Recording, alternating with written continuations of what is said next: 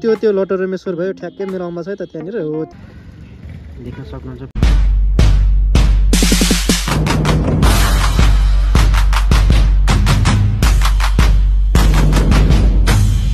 Hello guys के छ welcome to my vlog है त। ल अहिले चाहिँ म यहाँ बाँसबारी छु। यहाँबाट देख्न सक्नुहुन्छ मेरो जङ्गलको भ्यू।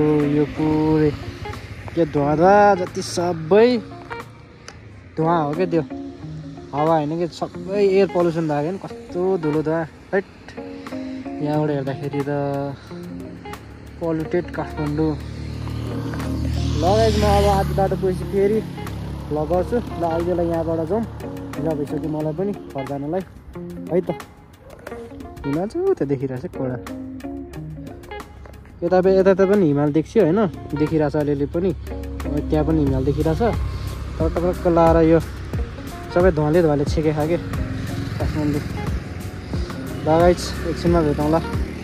मेरो सामान यहाँ छ, अर्को सामान यहाँ छ, मेरो यहाँ छ, बाइकको त्यहाँ बाहिर छ। म चाहिँ यहाँ खाना खाने बसेको छु यहाँ डाइङमा। यहाँ चाहिँ हामी प्रायः सधैँ हेर्छु। म चाहिँ आज एक्लै फेरि एसाके चाहिँ छैन, एसाकेर म हुन्थेँ, आज एसाके छैन, केही छैन। लगाइदिएको साँझको अनि खासालाई खाएर घरदेखि निस्किनु पर्छ। हाम्रो ग्याजेटहरूको लागि सामानहरू पनि रिस्टक गरेर नयाँ नयाँ सामान पनि प्रोडक्ट पनि ल्याउँछौँ। ल गाइज म चाहिँ खाजा खाएर निक्लिसकेँ। म चाहिँ यहाँ दक्षिण कालियाको डाँडामा छु होइन। अब अलिक उता गएपछि अब तपाईँहरूलाई देखाउँला के कस्तो हुन्छ, देख्न सक्नुहुन्छ। म चाहिँ यहाँ छु। ल मेरो सामान त्यहाँ भयो, यहाँ छु।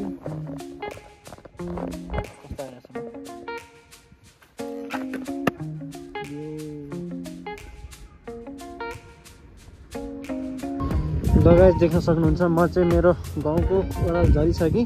त्यहाँबाट चाहिँ ओह्राल झर्ने है, त्यहाँबाट चाहिँ ओह्राल झर्दा उहाँ तल छ क्या, तलै छ कि सिधै ठ्याक्कै ओह्राल सकिने ठाउँमै छ कि मेरो चाहिँ पसल चाहिँ। लगायत म चाहिँ यो ठिङडाँडा भन्छ, यो ठाउँलाई चाहिँ ठिङडाँडा भन्छ। यहाँ देख्न सक्नुहुन्छ। घाम चाहिँ उता डुब्न लागिसक्यो, त्यहाँ माथि डुब्न लागिसक्यो। त्यहाँ अलिकति बाइक छ।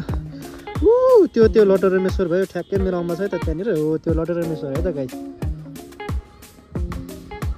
त्यो बच्चाहरू त्यहाँ लिफ्ट माग्दैछ कता कता जानु भनेर।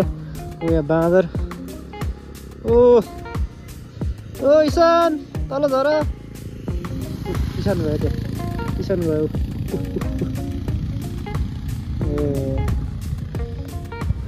लगाइ यस्तै हो। अब तल घर पुगेपछि म भेट्छु। तर यहाँ चाहिँ अब जाडो महिनामा चाहिँ यता ठिक हो क्या, किनभने अब एकदम घामहरू आइरहेछ, त्यही भएर नभए त उतै ठिक हो क्या। गर्मी महिना फेरि तलतिर ठिक हो। लगाइ अब इभीहरू आइरहेछ। ल यस्तै गाडी अब चलिहाल्छ।